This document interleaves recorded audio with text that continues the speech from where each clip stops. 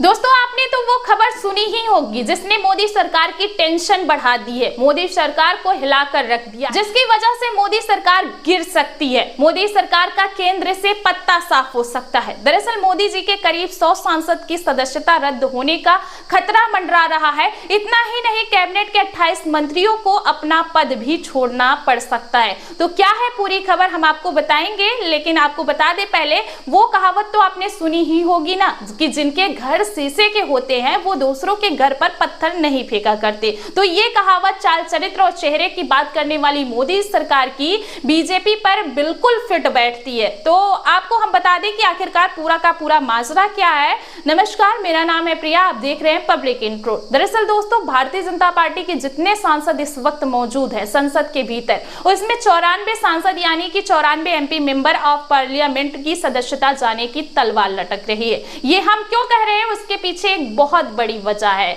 और वजह है एक रिपोर्ट, और उस रिपोर्ट ने सबको चौंका दिया है। देखिए, आपको बता दें कि इस वक्त जो है एक रिपोर्ट निकलकर सामने आई है, और इसके हिसाब से एमपी एमएलए कोर्ट के जरिए अब्दुल आजम को 2 साल की सजा मिली है, यानी कि उनकी सदस्यता चली गई है। आपको बता दें कि उनकी सांसदी जो है छिन गई है। आपने ये भी देखा है कि आजम खान को सजा होती है और उनकी सांसदी सदस्यता चली जाती है। इरफान सोलंकी को सजा होती है, उनकी सदस्यता चली जाती है। अब्बास अंसारी को सजा होती है, उनकी सदस्यता खत्म हो जाती है। दरअसल मैंने नाम इसलिए लिए जिनके नाम लिए हैं एमपी एमएलए कोर्ट ने 2 साल से ज्यादा की सजा सुनाई और उनकी सदस्यता समाप्त हो गई। अब वही तलवार जो है आजम खान पर, इरफान सोलंकी पर लटकी हुई थी, जो वही तलवार जो है भारतीय जनता पार्टी पर लटकती नजर आ रही है। भारतीय जनता पार्टी के 28 मंत्रियों पर लटक रही है। 37% मंत्री मोदी सरकार के करीब ऐसे हैं जिनकी सांसदी छिन सकती है। तो क्या ये मान लिया जाए कि भारतीय जनता पार्टी जो चाल चरित्र और चेहरे की बात करती है, अभी उसकी कैबिनेट में मोदी सरकार में ऐसे मंत्री बैठे हुए हैं जो दागी हैं? हम ये नहीं कह रहे दोस्तों, बल्कि एडीआर की रिपोर्ट कह रही है। एडीआर की रिपोर्ट के अनुसार 94 सांसद भारतीय जनता पार्टी के ऐसे हैं जो दागी हैं, जिनकी सदस्यता पर खतरा मंडरा रहा है। दरअसल पूरा मामला सिर्फ महज एक रिपोर्ट के आधार तक सीमित नहीं है, बल्कि आप जो है वो बहस का मुद्दा बन गया है। और बहस कहां, सुप्रीम कोर्ट के अंदर जा चुकी है।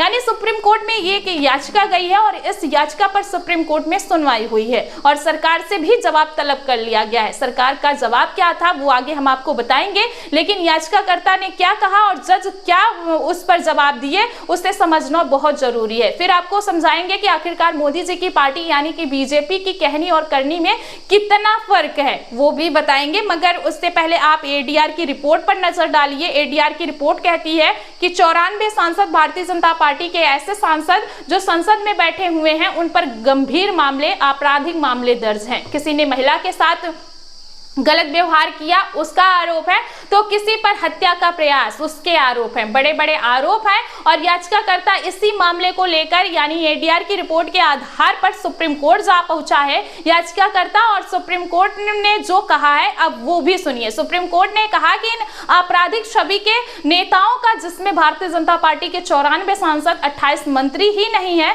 मंत्रियों की सदस्यता समाप्त हो सकती है। यानी कि याचिकाकर्ता ने अपील की कि किनकी सदस्यता समाप्त करिए माइलॉर्ड, जो आपराधिक मामले में दर्ज इनका नाम है और इन पर आजीवन चुनाव न लड़ने का प्रबंध लगाइए। अब यहीं पर मामला अटक गया है। जरा समझिए कि याचिकाकर्ता ने कहा कि माइलॉर्ड इसको गंभीरता से लीजिए। आपको बता दें कि याचिकाकर्ता का नाम है विजय हासन, जो सुप्रीम कोर्ट के एक वरिष्ठ वकील भी हैं, और उन्होंने इसलिए याचिका लगाई है जिसके तहत इन नेताओं पर आजीवन प्रतिबंध लगाया जा सके, जिन पर अपराध सिद्ध हो जाए। सुप्रीम कोर्ट ने इस बात को माना और कहा कि जो बहुत ही दिलचस्प है, बहुत बड़ी बात है, जब एक सरकारी कर्मचारी पर आरोप लगते हैं तो उसकी नौकरी चली जाती है। सरकारी कर्मचारी की नौकरी चंद सालों या महीनों के लिए नहीं जाती, बल्कि आजीवन उम्र के लिए चली जाती है। मतलब किसी सरकारी कर्मचारी पर किसी तरह का गंभीर आपराधिक मामला दर्ज होता है तो एक कर्मचारी को जीवन भर के लिए नौकरी से हाथ धोना पड़ता है। तो एक सांसद, विधायक, मंत्री उस पैमाने पर क्यों नहीं आते, यानी कि पैमाना अलग अलग क्यों?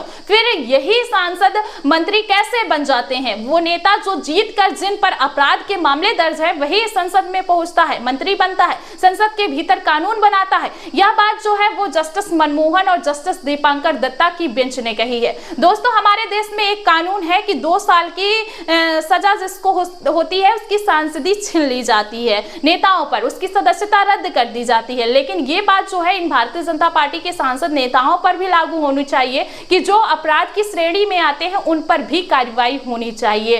अभी आपने पिछले साल देखा ही था कि जब राहुल गांधी को 2 साल के लिए सजा होती है तो उनकी सांसदी छीन ली जाती है, उनका बंगला छीन लिया जाता है। लेकिन यही बात जो है भारतीय जनता पार्टी के नेताओं पर क्यों लागू नहीं होती? और अगर भारतीय जनता पार्टी के 94 सांसद अपराध के मामले में दर्ज है और उनकी सांसदी छीन ली जाएगी तो प्रधानमंत्री नरेंद्र मोदी का क्या होगा? प्रधानमंत्री नरेंद्र मोदी की कुर्सी तो वैसे भी डगमगा जाएगी, क्योंकि प्रधानमंत्री नरेंद्र मोदी जो है इस समय बैसाखियों के सहारे केंद्र में टिके हुए हैं। फिलहाल इस पूरी खबर पर आप सभी का क्या कहना है? कमेंट में अपनी राय जरूर दें। नमस्कार।